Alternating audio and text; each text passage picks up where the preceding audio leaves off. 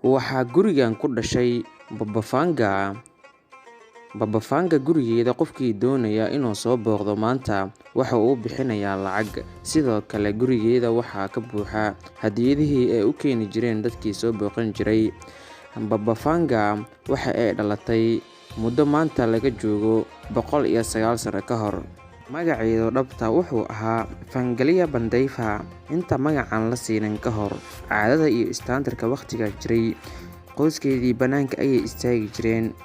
Qof walba wixii su'aal ay weydiin jireen, cunug ayaa noo dhashay, maxay kula tahay magacan inaan u bixino? Magacyo ay ka mid yihiin Androma ayaa loo bixiyay, laakiin qoyskeedii way iska diideen ilaa uu ka yimid qof Giriig ah oo ugu yeeray Vangelia. Muddo ay ku soo caanbaxday saadaalinta mustaqbalka, dhowr shay hore u sheegtay oo dhab noqdeen. Waxaa loo aqoonsaday Baba, qof aan waxba laga qaban karin. Baba Vanga dhowr isbuuc ka hor muuqaalkii saadaalinta waxa uu codeeyay in ka badan 40 bilyan oo qofood si muuqaal la xiriira Baba Vanga loo keeno oo loo soo geliyo.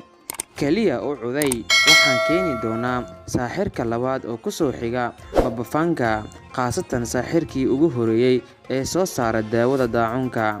Baba Vanga iyo kuwo kale oo caan ah 100% macluumaadkooda sax ma uusan noqon. Waxyaabo badan oo qarsoon, sidaas darteed qofka inuu rumaysto 100% sax ma ahan, sharci ahaanna ma banaana.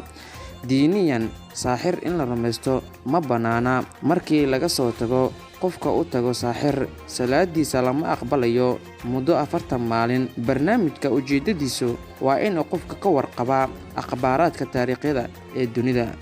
Baba Vanga janaasadeeda oo kaliya waxaa ka soo qayb galeen xubno badan oo ka tirsan dowladaha caalamka. Sababta ugu weyn ee loo qadarinayo ayaa ah in wax walba ay u sheegi jirtay si cajiib ah oo weligeed aan la arag.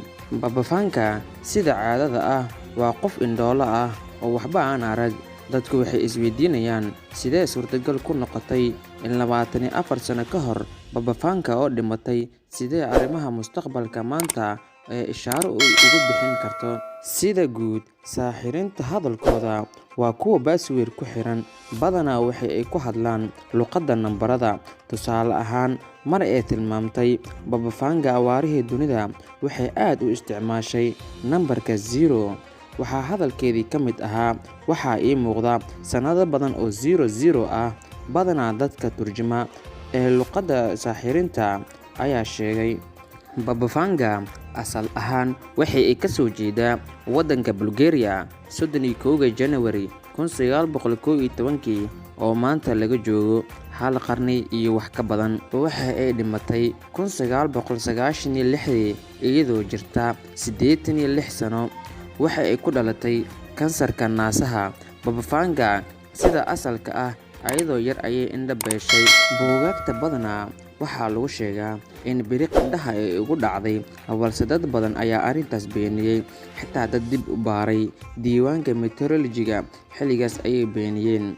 Anigu ma hayno wax caddeyn intaas dhaafsan. Waxa uu qirayaa qof walba oo arkay Baba Vanga awoodda paranormalka ee wax saadaalinta iyo wax ka sheegidda mustaqbalka.